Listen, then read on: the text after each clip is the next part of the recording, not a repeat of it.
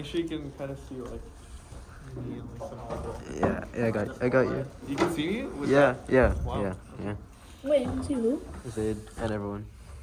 Alright. Okay. Let's start then. Alright. We're good. Alright, so thank you guys for coming. Let's just continue from where we left off. So, on Monday, we talked about nihilism, which is basically the belief that nothing matters, there's no point to life, we're all just nothing. And no one really wants to be there. So today we're going to be looking at possible solutions that people try to come up with, and that is, what is the purpose of life? And honestly, a lot of the times, everything goes back to this question. What is the purpose of life? If you come up to me and you ask me a question, that's probably the first thing in my mind. Because once you understand that, everything else becomes clear. So today what we're going to be doing is that we're going to be looking at possible kind of explanations that people try to come up with and see, okay, which one of these, we have to look at it in a very objective manner and see, does this make sense? And at the end of the day, we'll kind of use a process of elimination and see where we end up. So, let's put ourselves in the shoes of the atheist for a second, right? We're a nihilist, we're trying to escape nihilism. What do we do? Well, one solution that they try to say is, okay, fine, there's no meaning, there's no purpose, but let's just make it up. That's what they say. Let's just give ourselves a purpose, give ourselves a meaning. We don't need God or religion to do it, we can do it ourselves. And what they actually try to make it sound like it's even better. You know, like forge your own path, you know, make your own purpose. So they basically say that there's no meaning, there's no purpose, there's no value, but we're just gonna make it up and give our own life a meaning. And they package it in a very beautiful way. But when you actually think about it, you start to see that it's not really all that. What do you guys think about this? What's wrong with making up your own purpose to life? It can be misguided. It can be misguided, okay. Anything else? Okay, so the thing is, right, there are people out there who believe in an afterlife. So for example, me. I believe that this life is imperfect and there's something waiting for all of us. And I believe that with absolute certainty, like 110%, I know that's going to happen no matter what. But the thing is, if you make up your own purpose in life, deep down you're always going to know, like, this is BS. I just made this up. This is nonsense. This is just something I made up for myself. So you can already see, like, from the get-go, like, if you compare me to someone else who made up their own purpose, I believe in it fully. They just made it up to make themselves feel better. So already from the get-go, you can see that the level of certainty is not there.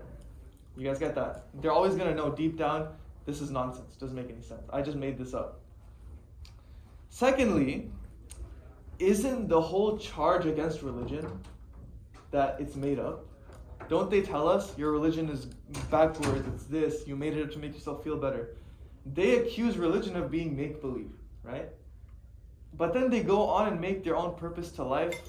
I mean, is it really that different? No. It's actually literally the same thing. It's basically the same thing because European civilization moved away from religion because of science and other things, right? So they moved away from Christianity because they said this is backwards, it's made up, it's nonsense. But now they're saying we're going to make up our own purpose. So if you're going to go back to playing make-believe, why not just go back to Christianity? I mean, it doesn't make any sense, right? So they accuse us of saying, oh, you guys are making stuff up. You guys are believing in random stuff. It doesn't make any sense. And then they come along and try to spin up their own fairy tale. So it's kind of hypocritical from that perspective. And even today, you can find atheists talking about how faith is a good thing. Like, well, how meditation is a good thing. Spirituality is a good thing. Because when in a society, you don't have a narrative of faith, and society becomes nihilistic, that society will disintegrate. So it's very important for us to have a society which has faith. And I think the most obvious thing about making it up is that you can make up whatever you want. Someone could say, my purpose in life is to love and give love. Be loved and give love. Or to help other people. Or to cure cancer. These are all things we would consider like positive purposes. But someone else could come along and say, my purpose in life is to be a pedophile. Or to conquer other countries and to enslave the people, or to study sedimentary rocks for the rest of my life. I mean, you can make up anything. So already you can kind of see that, sure, they try to make it sound nice, right? Like, forge your own path, give yourself a meaning, give your life a meaning. But already you can see that it sounds pretty, but in actuality, there's not really much there. So I think we can conclude that making up your own purpose, it doesn't actually work, okay? So what's another option? What's another thing that people do to try to give their life meaning?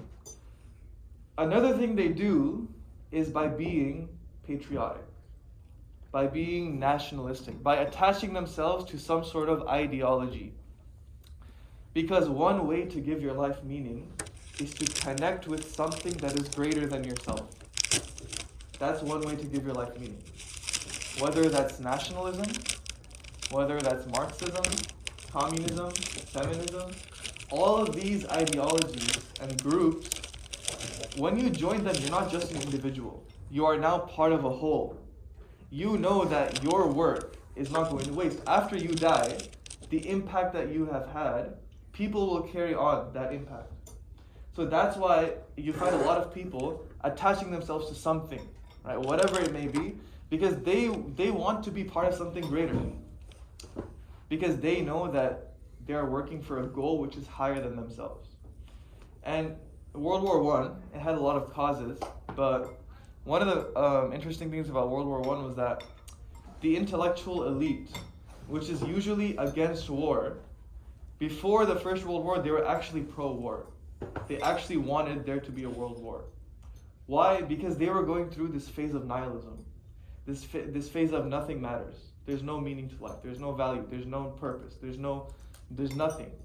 And so when you're in that kind of state, anything really goes. You can just do whatever you want. Nothing really matters. And so they were just saying, I mean, what's the point of life? And they were trying to find an escape route. And that's what a lot of people do these days. You find a lot of people try to escape nihilism. And how do they do it? They just keep themselves busy all the time. They're busy just doing this, busy doing that, working on their career, working on this, working on that. They just keep themselves busy. But those same people, if you leave them alone in a room, without anyone else, without their phone, without their computer, you leave them alone, you cut them off, and they start reflecting on life, that's when the dark clouds of nihilism start setting in. And that's why those types of people always like to surround themselves. They don't want to be alone. They always want to surround themselves with other people.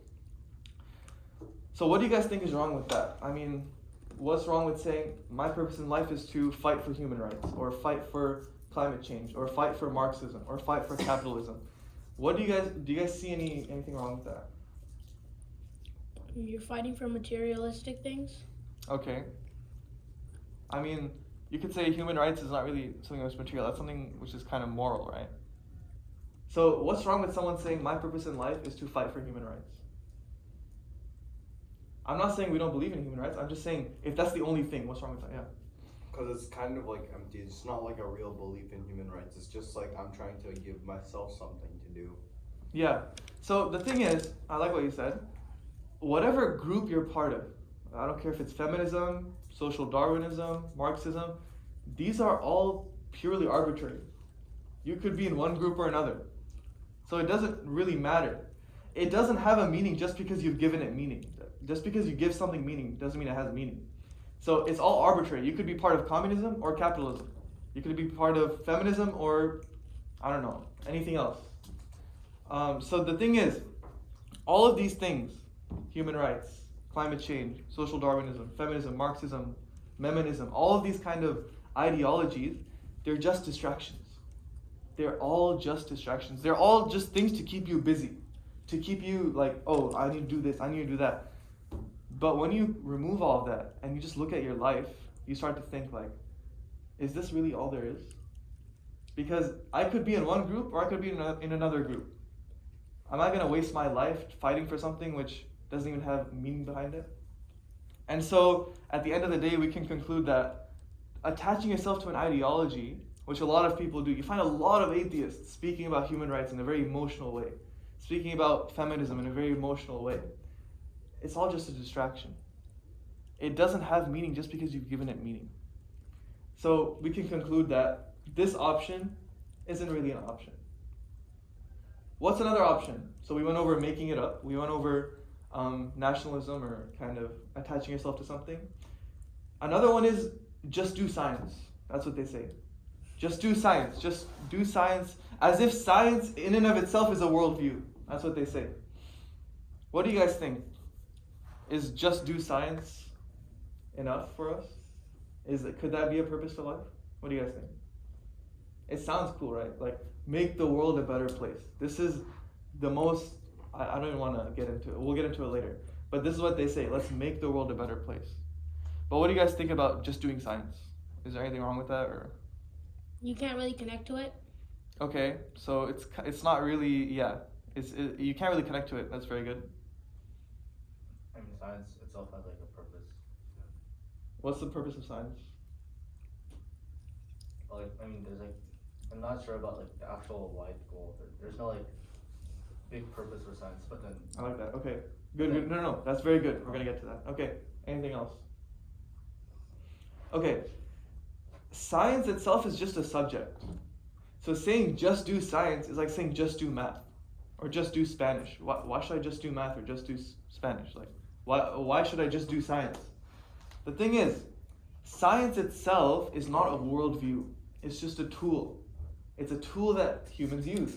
So for example, you could have Nazis using science for one thing, and you could have Americans using it for another thing, and you could have Russians using it for another thing. So before you get to science, you actually need values.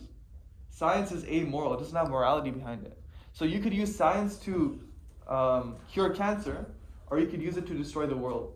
So what do you mean by just do science, right? Like, I like what you said, meaning, like, you need values before you do science. It doesn't lead to values. And this is what they say: make the world a better place. And this sounds so nice when you hear it. Yeah, yes, let's make the world a better place. That sounds good. We have to cure diseases. We have to, do this and do that. But at the end of the day, it sounds pretty. Again, a lot of this stuff sounds pretty. But when you actually look at it, it's not.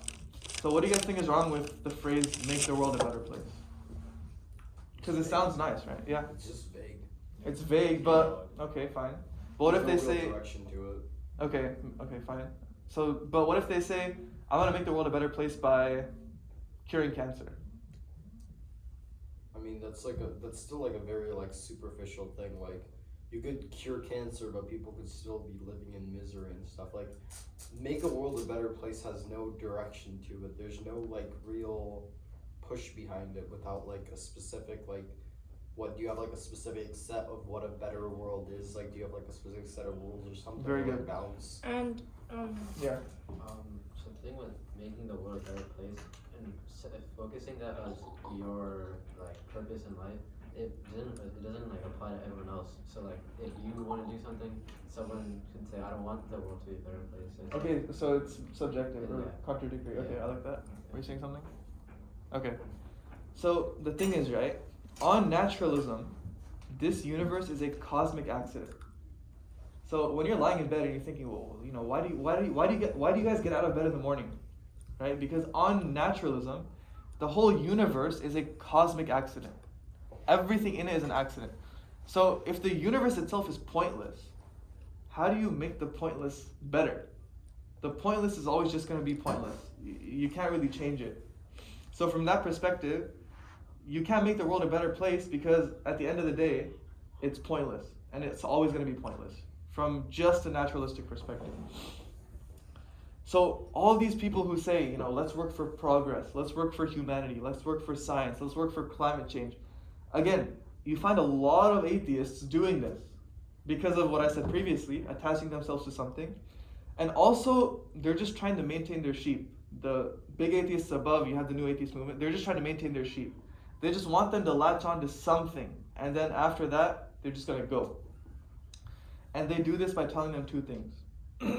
That their life is meaningful and that their life is important. And this is what causes a lot of people to just chase things, material things, which sounds nice, right? Like when someone says, my whole life I've been fighting for human rights, I've been fighting for feminism, I've been fighting for this or that. It sounds nice, but again, if you look at the bigger picture, I mean, again, it's purely arbitrary. You could be doing this or doing that. So it doesn't really have meaning just because you've given it meaning. And it was science itself which led to nihilism in the first place. It was the advancement of science in Europe which led to people moving away from Christianity and adopting a nihilistic worldview. So now we're just going back into the rabbit hole again. So science is what brought us here, and you want us to keep doing science to solve the problem that science brought us. Like, it's circular. So it's not really a solution, it actually makes the problem worse. And Nietzsche said something very important as well, and I found this pretty funny. He said, a scientific interpretation of the world as you understand it might consequently be one of the stupidest, that is to say, the most destitute of significance of all possible world explanations. So he said, it's one of the stupidest, and it doesn't have any meaning behind it. Because science doesn't give you meaning. It's just a tool that we use. We can use it to create good things, good, putting good in quotes, because you need morals before you can judge good and evil. And you can use it to create bad things. So saying just do science, just do this, just do that, it doesn't really mean anything. You need morals, you need a meaning behind it before you start doing science. Because the Nazis could use science for something, while someone else could use it for something else. So the thing is, Nietzsche says that you need something beyond yourself in order to give your suffering a meaning. Nothing in this world is going to give you meaning. You need something beyond this world to give you meaning. And that is where we bring in faith. So for example, Abrahamic faiths, like Judaism, Christianity, and Islam, we believe in a hereafter. We believe that this life, the injustices of this life will be corrected in the future, in the coming future. People who did evil will not get away with what they did, and people who did good will be rewarded for that. So the stuff you do in this life matters. There is a purpose to life. There is a reason for why we are alive right now, and why what we do matters. But from an atheistic perspective, we're all going to die. Just do whatever you want. You'll be fine. But again, as we know, you won't be fine. Nietzsche says, gradually, man has become a fantastic animal that has to fulfill one more condition of existence than any other animal. Okay? He says, man is an animal which has to fulfill one more condition of his existence than any other animal. Man has to believe, to know, from time to time, why he exists. His race cannot flourish without a periodic trust in life. So from a naturalistic perspective, we're just an ape among other apes. We're just another animal on this planet. But the thing is, there's something unique. There's something different about the human being compared to other animals. And no matter how much you try to shove down our throats that we evolved from natural selection, mutations, that there's no difference between a human and a bacteria, according to the tree of life, there's something special about us. There's something different about us. There's something which separates us from other animals. Because we ask deeper questions in life. We ask, why am I here? Who put me here? What am I meant to do? You don't see frogs drinking tea and having existential crises, do you? You really don't. They live their life, they just do their thing. We can't do that. We can't. And the thing is, this is where we get into another solution. So what do we go over? We went over making up your own purpose. We went over attaching yourself to something. We went over, what was the third one? Science. There's a fourth one. The fourth thing they like to say is, you know what? Let's forget about the meaning. Forget about the purpose. Let's go back to our roots. Our purpose in life is to survive and reproduce. So they take a completely kind of Darwinistic point of view. And this is actually what I've talked to people at school, this is what they say. They say, we're here to survive and reproduce. We're no different from any other animal. So, and Richard Dawkins also says something as well. He says, we are survival machines. Robot vehicles blindly programmed to preserve the selfish molecules known as genes. Blah, blah, blah. They are in you and me. They created us. And basically, we're just robots. We're just robots carrying our reproductive juices, and we just have to pass it on. That's all we have to do. So that's what they say. Let's go back and do that. So is that really the purpose of my life? Am I supposed to impregnate as many people as I can to preserve the species? Is that really what I'm meant to do here? And the thing is, Darwinism comes with all sorts of complications.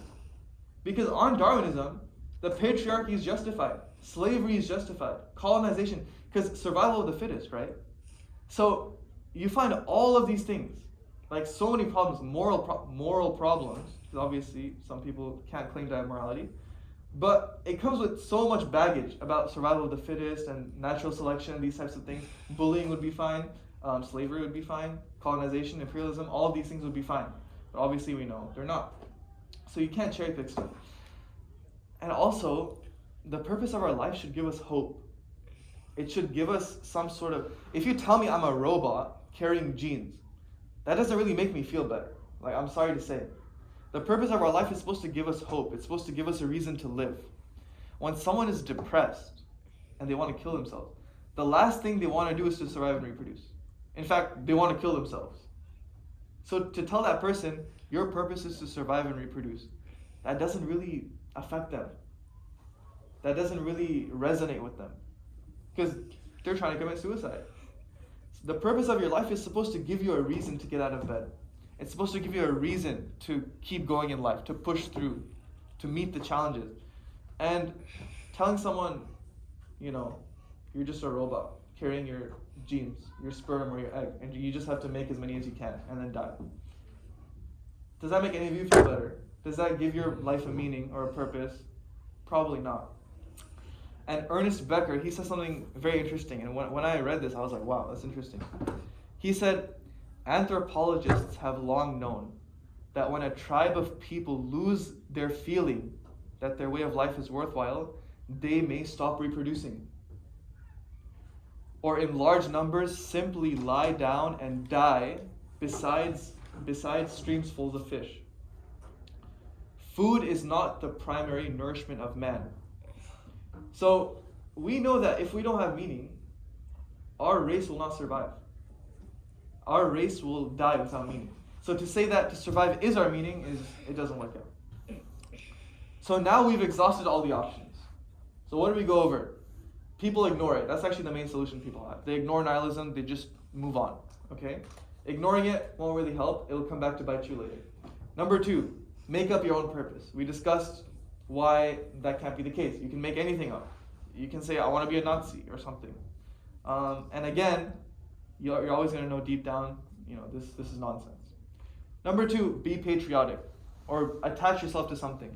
Again, just a distraction. It's not really a thing. It's purely arbitrary. It can't be that. Number 4, just do science. Again, science is just a subject. It's not a worldview. It's like saying just do Spanish or just do PE. I'm not going to just do PE because you told me to. Okay? And number 5, survival and reproduction. I'm not here to impregnate as many people as I can. I'm sorry to say. And if we don't have a meaning, we're not going to want to live our life. So what do we have left? What options do we have left here, guys? Like, I'm trying to overcome nihilism, and none of these options are working. Well, this is where you bring in faith. If meaning is to be in our lives, it must come from something outside of our lives. It must come from something outside of human beings. And this is where faith comes in. The Quran says, truly it is in the remembrance of God do hearts find peace. Someone might have everything in this world. They could have money, they could have a yacht, a private jet, women, men, no homo, all sorts of stuff. Let me do an experiment for you guys. Imagine I told you, I'm going to give you $1 trillion. Would you accept it? Yeah. Yeah, probably. But there's a condition. I'm going to give you $1 trillion, but you're not allowed to talk to anyone for the rest of your life. So, nothing in person, nothing online. Like, you can have whatever you want. You can watch TV, you can watch whatever, but you can't message or communicate or have a relationship with someone for the rest of your life. How many of you would take that? $1 trillion, but you can never talk to anyone for the rest of your life. None of us would take it. We would be happy maybe for the first few days. Maybe max a few weeks, max. After that, you're going to start going crazy. So none of us would take that. Because human beings, we value relationships. We need relationships in order to survive. Like, we are social creatures. Would you agree? So, what about the human being that doesn't have a relationship with God? The Quran says, Allah says, whoever turns away from my remembrance, he will have a depressed life. And this is not something which is written in a book. This is not just something which someone wrote. This has been tried and tested. People have tried to live their life in a hedonistic way, to live their life in a social Darwinist kind of way. They've tried this, they've tried that, they've tried everything. It all comes down to this. Without spirituality in your life, you will not be happy. That's just the way it is. To the point where even atheists know that. That's why you find people like Douglas Murray, people like Sam Harris, they're speaking about being spiritual, the importance of being spiritual. They're fighting against their own nature. Because God has created us with a soul. We have a soul. This table doesn't, but you do. And the soul cannot be fed through a burger. The soul cannot be fed through a private jet or relationships with people. The soul is immaterial. It can't be fed through things which are material. It can only be fed through its creator, which is immaterial. The food for the soul is not physical. Look, guys, at the end of the day, right? Rousseau said something very interesting, and I think some of you may have heard it before.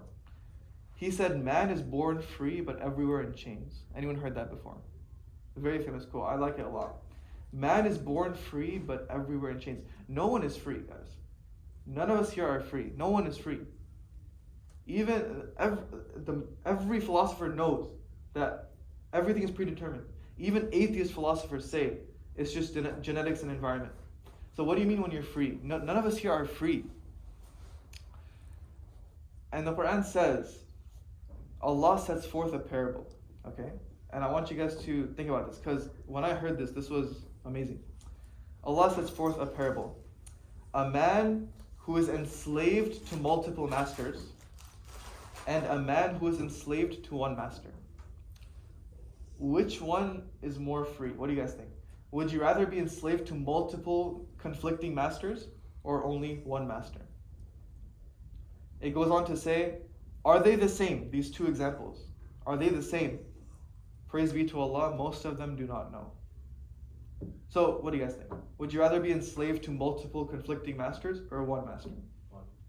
One. Okay, we're on the same page? The thing is, in this life, we are all going to be a slave to something. We will all submit to something, period, no matter what. Whether it's money, whether it's power, whether it's peer pressure or social norms, whatever it is, you are going to submit your will to something. Even your own desires. I swear, when people say, I just want to do what I want, I want to do what makes me happy, they think that makes them free. That is the biggest lie people are going to tell you these days. That because they say, religion, it doesn't let me do this, it doesn't let me do that. I just want to be free. I want to do what I want. That's not freedom. Because you're enslaved to your own desires. That's the opposite of freedom. So the thing is, we are going to be a slave to something in this life. We are going to worship something in this life. So now it's just a question of, what do you choose to submit to? Do you choose to submit to the creation? Or do you choose to submit to the creator? Because if you submit to your own desires, right, you're still a puppet. A puppet is still a puppet even if it loves its strings. So at the end of the day, we went through all the options that people try to do. They ignore it, which doesn't work. They make up their own purpose, which is problematic for a number of reasons. They say, work with climate change, work with this, work with feminism, work with this or that. All distractions. They prevent you from asking the real questions. They say just do science. I'm sorry, I'm not just going to do science any more than I'll just do math for the rest of my life. Or journalism. I don't really like journalism. And again, going back to just reproduction. I'm sorry, but it doesn't really work out. So no matter what way you look at it, it all goes back to this question. What are we put here to do? What is our purpose? Why are we here? Is this life all there is? Are we going to die and crumble to dust and blow away? Are all our actions meaningless? Because I can kill 100 people. Why does it matter? They're going to die anyway. Does it really matter? In order to really live your life in a happy way, in order to live your life in a fulfilling way, in order to live your life in a meaningful way and to overcome the dark clouds of nihilism, you need to have faith. That is a fact. And that's why I swear Islam is a illuminating light for people who are in that kind of state, who need a sense of direction. And that's why I urge you all to really look into it and reconsider. This whole thing was just for you to reconsider, because there's a lot of people, my own personal friends, a lot of people who are moving away from religion and trying to become non-religious. They don't see where it's leading, but you guys do. So instead of sitting there when you're 60 years old and looking back on your life and thinking this was all for nothing, hopefully this is knowledge that is beneficial to you guys. Because you guys will use this, either right now or later. Guaranteed you guys are going to use this. But yeah, thank you guys for coming. Have a good day. Shed. Yeah.